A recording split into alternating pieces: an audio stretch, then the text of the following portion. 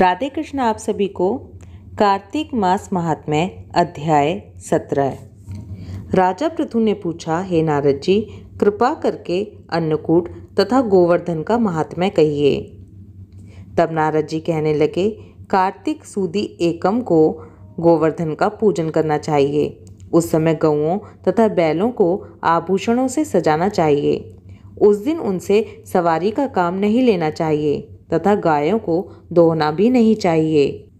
गोबर से गोवर्धन बनाना चाहिए और अन्नकूट बनाना चाहिए। गोवर्धन बनाकर गोवर्धन भगवान की पूजा करें और उनसे इस प्रकार प्रार्थना करें, पृथ्वी को धारण करने वाले गोवर्धन, आप गोकुल के रक्षक हैं। भगवान श्री कृष्ण ने आपको अपनी भुजाओं पर उठाया था। आप मुझे कोटि कोटि गौएं प्रदान करें।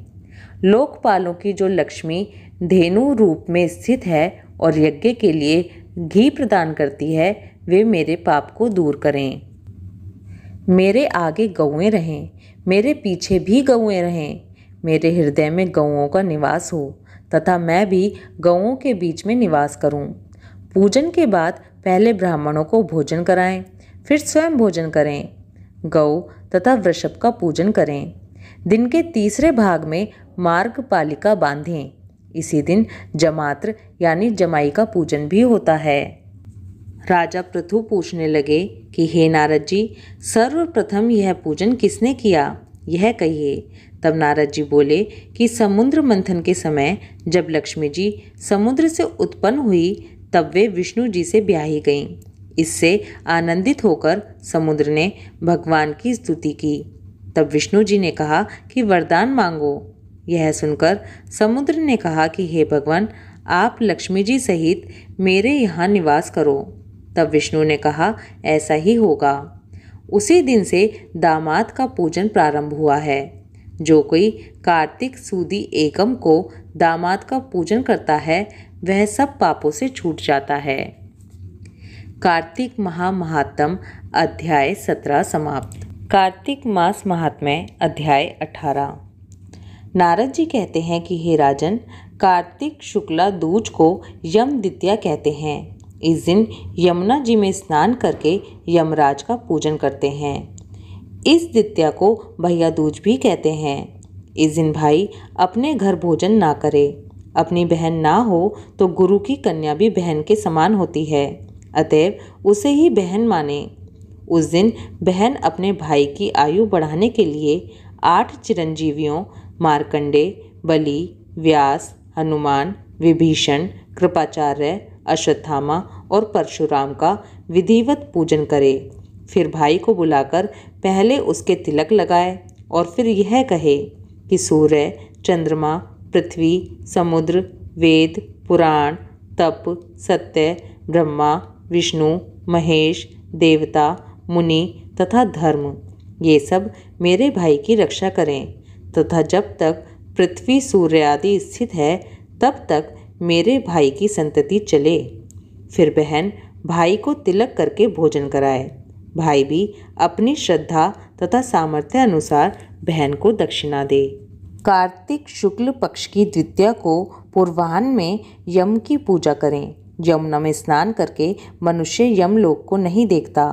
कार्तिक शुक्ला द्वितीया को पूर्व काल में यमुना ने यमराज को अपने घर सत्कार पूर्वक भोजन कराया था। उस दिन नारकी जीवों को यातना से छुटकारा मिला और उन्हें तृप्त किया गया।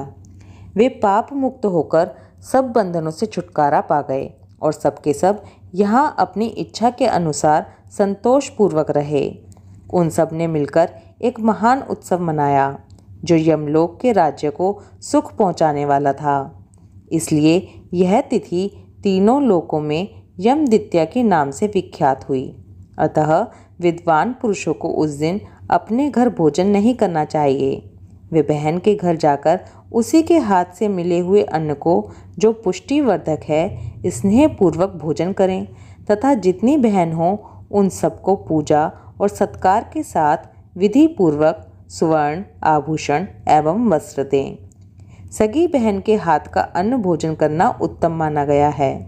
उसके अभाव में किसी भी बहन के हाथ का अन्न भोजन करना चाहिए। वह बल को बढ़ाने वाला है। जो लोग उस दिन सुवासिनी बहनों को वस्त्र दान आदि से संतुष्ट करते हैं, उन्हें 1 साल तक कलह एवं शत्रु के भय का सामना नहीं करना पड़ता। यह प्रसंग धन, यश, आयु, धर्म, काम एवं अर्थ की सिद्धि करने वाला है।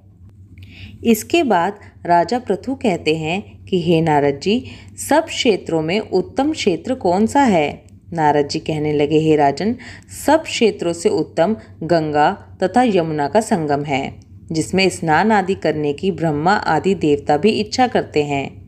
गंगा के स्मरण मात्र से मनुष्य के अनेक पाप नष्ट हो जाते हैं तथा गंगा जी में स्नान करने से मनुष्य के पाप नाश होकर कई कुल परम पद को प्राप्त होते हैं।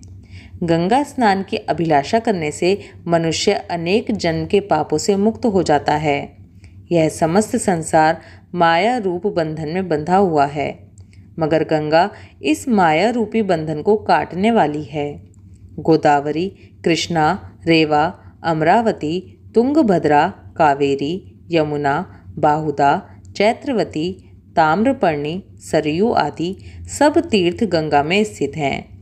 काशी क्षेत्र भी सब क्षेत्रों में उत्तम है, जहाँ देवता वास करते हैं। वह मनुष्य धन्य है जो अपने कानों से काशी क्षेत्र की कथा सुनता है।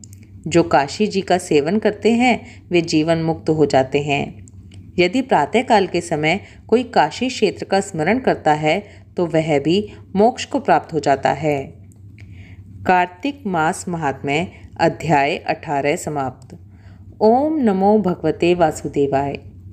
राधे कृष्णा।